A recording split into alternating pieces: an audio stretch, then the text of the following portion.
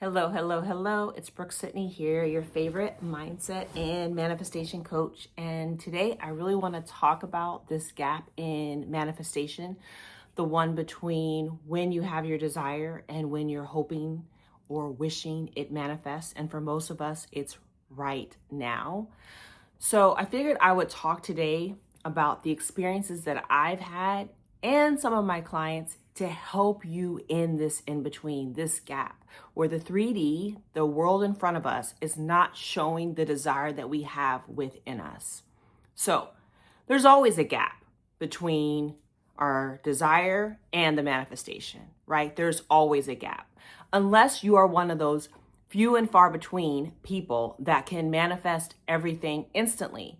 And I would guess and I would venture that some of us, and more importantly, that's in some areas. In my life, there's areas that manifestation flows easily, and there's areas where I feel like God is still working on me, and I'm still working on me. So, back to the gap. In relationship world, that's what we're talking about today. There can be a gap between the desire and the manifestation. And in relationships, that gap can be super loud. That gap can look like text or the lack of text, silence, timing, mixed signals, communication, lack of communication, ghosting, or if you're single and you're trying to manifest someone, like no one coming by, whatever. That there is present a gap between the desire and the manifestation. And to me, that 3D is giving you a lot to look at, should you choose to pay attention. The difference now for me is that I don't give the 3D the authority in the gap.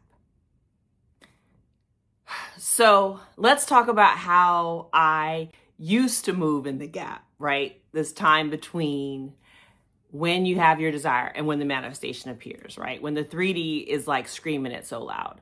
So I used to read meaning into every interaction. I would adjust my energy based on what I saw. Like it would create this anxiety. It would create like almost a panic. Hey, if I didn't hear back from this person, I would feel all kinds of way. And I treated external behavior like information about my worth. And I know that's true because I see it in my clients, the clients that come to me and we help manifest their SP. So when things felt uncertain, when things were not going the way that I desired them, my whole inner state would shift immediately. Like I was saying, I'd feel anxious, I'd want reassurance, I'd start thinking about what to say or do to create movement. I would even use those tricks that I started in kind of like in baby manifestation land, where you're trying to manifest a text and you quickly learn that you actually want way more than a text. But I realized that all that really did was pull me out of alignment with myself. So let's talk about what I do differently now and what I suggest that you do, right? Now, when there's a gap, I stop tracking the 3D. Not because I'm avoiding it, but because I know it's not the source. And I also don't want it to have authority over me. I do not want to be governed by the 3D. In fact, I would say the 3D is my B, if you know what I'm saying. In the gap, in this time between when the manifestation is desired and not here, right?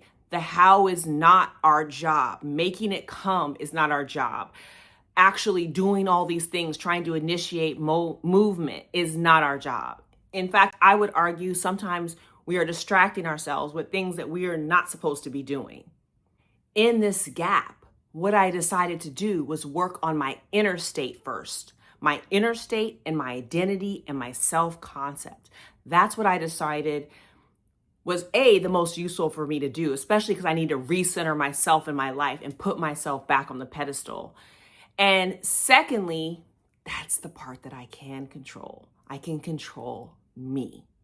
So I started to ask myself, what are the assumptions in this situation? What are the thoughts that I keep thinking here? And are those thoughts helping me? So again, I'm looking at the assumptions that I'm currently living from, right? The assumptions that are governing the 3D world that's in front of me. The 3D world that, should I care to keep focusing on it, I'm going to, I feel like, create more of it. So I decided to shift my gaze from what's in front of me to my inner state. And I'd ask myself, like, am I assuming I'm waiting, right? Oftentimes my clients are hoping that the SB will come back. I've had that same situation. They usually come back. But you're sitting around with the assumption around whether you're waiting or not. You're sitting around wondering, maybe assuming, do I need to be chosen? Like, these are some of the things that I'm looking at. Am I assuming that uncertainty is normal for me? Said another way, are the thoughts that I'm having creating my desired state, or are they keeping me stuck in my undesired state, which is the 3D that's in front of me? That's why it's so helpful for me to take my gaze off of the 3D and shift that gaze back onto me. And oftentimes, if not all the times, the quicker I get to this point in the gap between my desire and the manifestation appearing is when I decide that, yes, if I can answer yes to any of those questions I just now asked, then I need to stop trying to fix the relationship. I need to stop putting my attention and focus on that person or that relationship or that thing.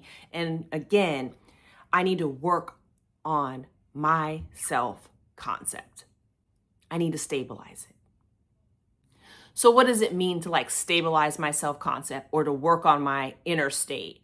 It means to start thinking about having thoughts and approaching the world through the life of someone who is secure. We often talk about secure attachment in the world of relationships. And I'm always saying you can manifest the person back, but if you have not changed, then that relationship is not going to change. Remember, your outer reflects your inner. So the work that to me we can do in the gap, the work that I do with my clients in the gap is to stabilize our self-concept, to become the person who has the relationship that we desire. And I'm not just training them, I have taught myself this. We must become someone who doesn't chase clarity. We become clarity. We must become someone who doesn't over-explain. The explanation is within. And more importantly, we must become someone who doesn't make themselves smaller to have this connection, essentially removing themselves from the pedestal just to have that person or just to have that relationship. That means we're not properly positioning our self-concept, our self-worth, and even the entire relationship in our lives. To me, this is what the gap is for. This is for the time between, again, when you're desiring your relationship and when it appears. It's getting you ready. So what does this look like practically? I mean, I've given you a couple of questions that I've used and I've used with my clients while we're in the gap, but I'm going to tell you a couple more things that you can do while you're waiting for this relationship manifestation. Number one, it looks like not feeling the silence. Meaning allowing there to be quiet, allowing this time to be the moment where you kind of get yourself together, where you put yourself back on the pedestal, where you take this person and this relationship and the focus off of them back on you, right? Where you shift your gaze back internally so that it can start to look like what you desire, right? We got to shift our internal vision to what we desire to have on the outside. It also looks like not settling. It looks like not just reaching out just so you can feel connected. It looks like staying consistent with your routines, your boundaries, and your standards. Friends, that's what it means to put yourself back on the pedestal, to be that girl or to be that guy, is that you have now repositioned yourself in your own life. It's doing the real work of not waiting on the 3D and not focusing it on the 3D so much that that's all that you can see. I don't put my life on hold waiting for the 3D to change, because I know that I am the change. I know that once I change, everything else around me is going to change. Whether it's a relationship, as we're talking about in the SP, whether it's my bank account, I know that once I get in motion and I put my thoughts and I start making new assumptions about the way the world gets to work out for me, that's when it all changed. That's when things start aligning. That's when opportunities start coming back. And that, my friend, is when usually the SPs, the X's, the new people, that's when they come in.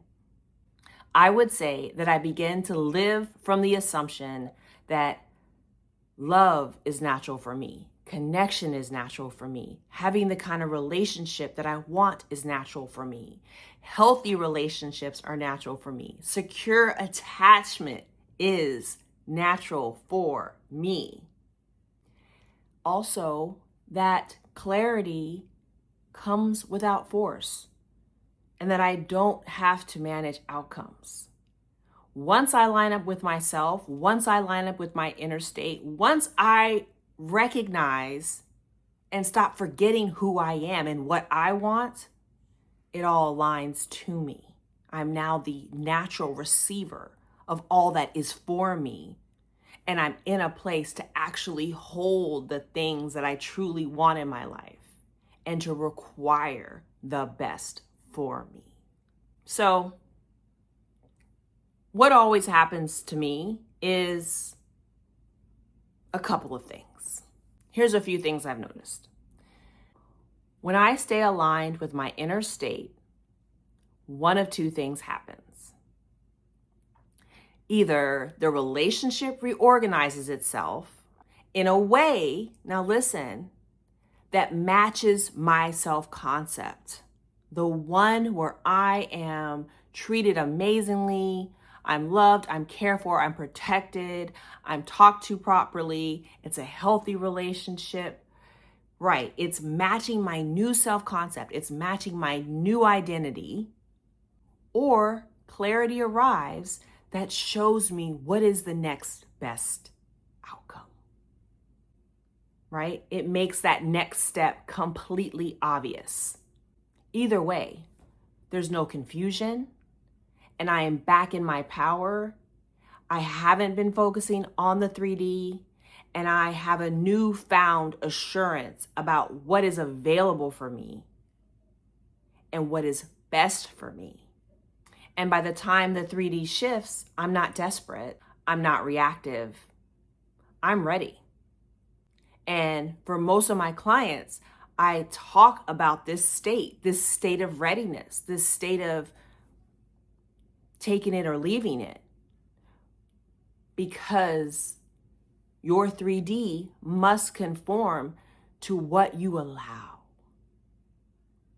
Not just what you attract. What you allow. And so this gap between desire and manifestation becomes a test of what you allow, a test of what you want and what you're willing to have. And if you're willing to settle, you're going to get a settled relationship. You're going to get a settled SP. You're going to get a settling love.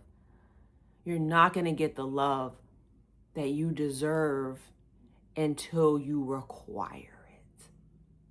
And you require that identity, you require that self-concept, you require that inner state that goes along with it. Friends, I no longer use the gap to vent. I no longer use the gap to wait. I use it to become so unavailable to anything that doesn't match my self-concept. And that's why I'm able to manifest the relationships that I desire. I will see you in the next video.